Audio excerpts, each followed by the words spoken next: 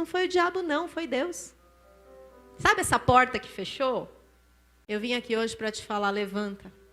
Clama ao teu Deus. Não seja juiz de Deus. Sabe que muitas vezes a gente quer ser juiz, né? De Deus. A gente quer dizer para Deus aquilo que Ele tem que fazer. Por nós e pelo outro. Muitas vezes a gente quer ser juiz e a gente quer pôr um roteiro para Deus. Deus vai frustrando todos os seus planos. E eu vou mostrar para vocês que é Deus quem vai fazer isso. Porque às vezes você tem planos frustrados e você acha que é o diabo. Quem aqui já achou que foi o diabo? Não, o diabo me passou a perna lá e ele foi, e ele fechou a porta. Posso falar para vocês? Não foi o diabo não, foi Deus. Sabe essa porta que fechou? Foi Deus. Porque Deus é engraçado. Eu não sei quantos aqui assistiram aquela série Casa de Davi. E tem uma fala do profeta Samuel na série.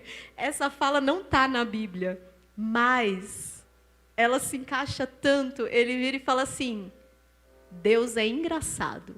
Pensa comigo aqui. Quem mandaria para uma guerra um menino de 16 anos, baixinho, sem armadura, sem conhecimento de guerra, sem nada, para enfrentar um gigante e um exército inteiro? Quem mandaria? Vocês mandariam? Não, vocês iam mandar Saul, né?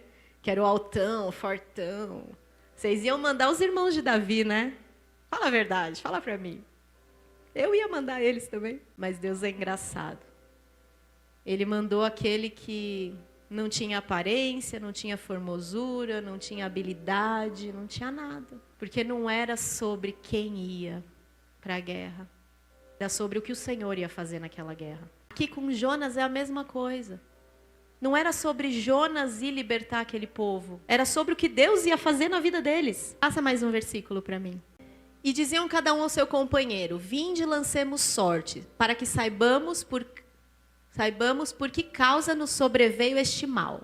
E lançaram sorte, e a sorte caiu sobre quem? Jonas. Era óbvio, né? Aqui não tinha nem como falar que a sorte não estava certa, porque era óbvio que era sobre Jonas. Passa mais um. Então lhe disseram, declara-nos tu agora por causa de quem nos sobreveio este mal. Que ocupação é a tua? De onde vens? Qual é a tua terra? E de que povo és tu? Passa mais um. Disseram-lhe, por que fizeste tu isso? Pois sabiam os homens que fugia da presença do Senhor, porque ele lhe tinha declarado, Jonas tinha declarado que ele estava fugindo da presença do Senhor, no barco. Olha a que ponto Jonas chegou. Passa mais um. E disseram-lhe, que te faremos nós para que o mar se nos acalme? Porque o mar ia tornando-se cada vez mais tempestuoso.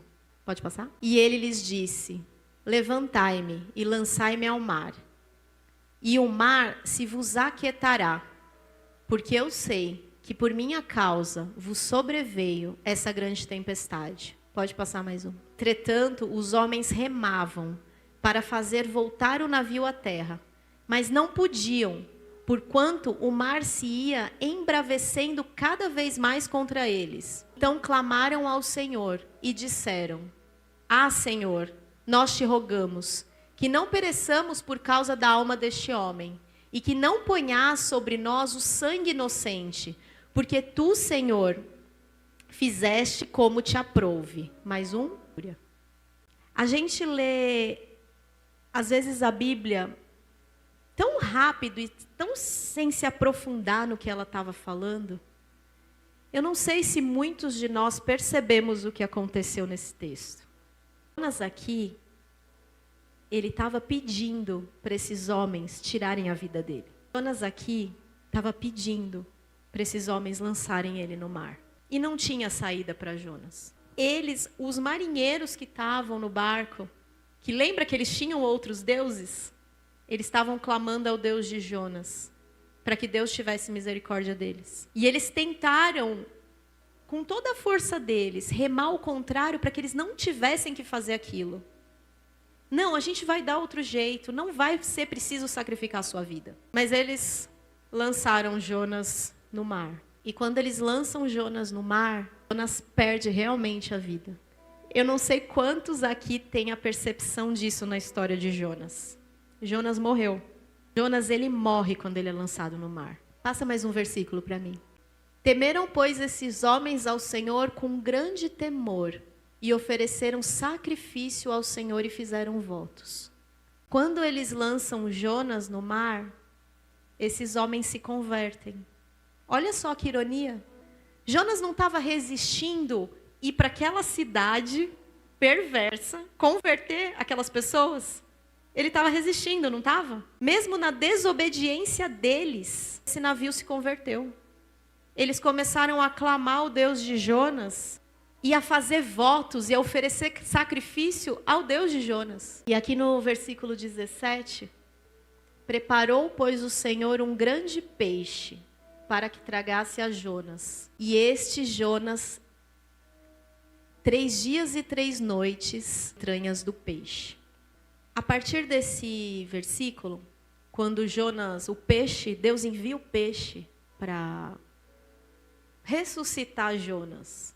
A gente é tão acostumado a ouvir a palavra do Senhor sempre por alguém e sempre ouvir as histórias, e a gente perde tanta coisa da palavra, que a gente fala de Jonas, as pessoas só sabem falar que ele foi engolido por uma baleia. Jonas tinha morrido. E quando Deus manda o peixe encontrar com ele, Deus traz ele de volta. E ele faz uma oração e ele se arrepende de tudo aquilo que ele tinha feito. Passa para mim o versículo, por favor. Isso aqui é tão forte que eu quero te desafiar depois na sua casa, ler esse texto de novo. Ele fala assim: e orou Jonas ao Senhor seu Deus das entranhas do peixe. Pode ir passando que eu vou lendo. E disse: na minha angústia eu clamei ao Senhor, e ele me respondeu. Do ventre da sepultura gritei, e tu ouviste a minha voz. Existe sepultura sem ter morte? Existe uma sepultura sem ter morte? Porque tu me lançaste no profundo, no coração dos mares, e a corrente das águas me cercou. Todas as tuas ondas e as tuas vagas têm passado por cima de mim. E eu disse: lançado estou diante dos teus olhos. Todavia, tornarei a ver o seu santo templo. As águas me cercaram até a alma, o abismo me rodeou, e as algas se enrolaram na minha cabeça. Quando vocês leem esse texto, vocês não conseguem enxergar Jonas no fundo do mar, envolto por algas? A alga não fica em cima, né? Quem conhece do mar sabe que as algas ficam no profundo. Quando desfalecia em mim a minha alma, o que ele fez? Lembrei-me do Senhor. E entrou a ti a minha oração no teu santo templo. Os que observam as falsas vaidades deixam a sua misericórdia.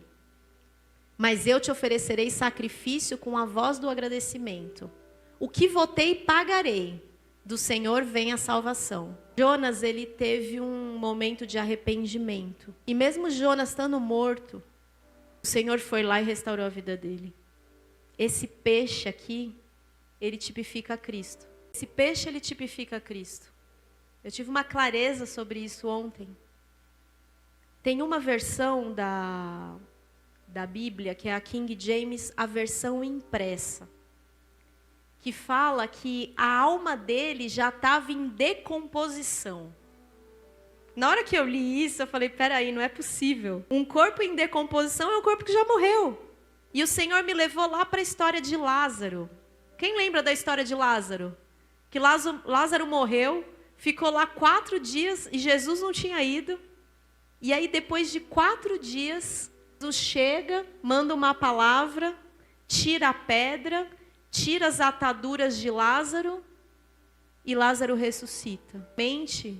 O corpo de Lázaro também estava em decomposição. Olha só, Jonas veio muito antes de Lázaro. Muito antes. O que isso quer dizer? Que Deus é Deus ontem, Deus é Deus hoje, Deus é Deus eternamente. Aquilo que Deus fez com Jonas, Ele fez com Lázaro e Ele pode fazer com a sua vida. Talvez hoje a sua morte não seja uma morte física, mas seja uma morte espiritual. Ou talvez seja uma morte na sua alma, nos seus sentimentos, naquilo que você entende da sua relação até com o próprio Deus. Talvez você já tenha queimado tanto por Deus e hoje a tua chama está bem pequena. Eu quero falar para você. Assim como Deus mandou aquele peixe para pegar um Jonas morto, Deus está mandando um peixe hoje para a sua vida, para pegar você do jeito que você está e para te trazer a vida novamente. Passa mais um versículo, por favor. Depois que Jonas se arrepende daquilo que ele fez, daquilo que ele sentiu, depois do arrependimento dele, o que Deus fala ao peixe?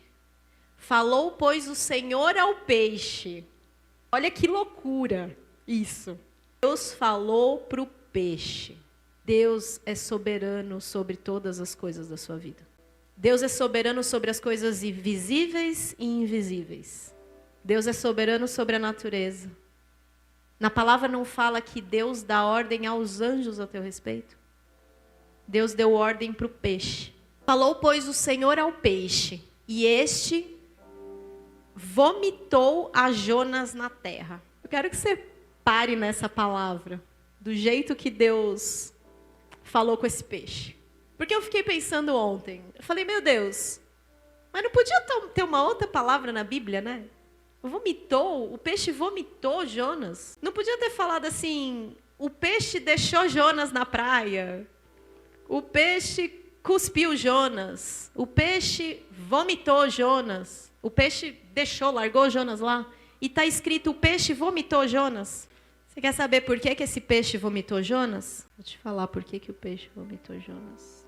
Abre para mim Apocalipse 3,15. Por favor. Conheço as tuas obras, que nem és frio nem quente.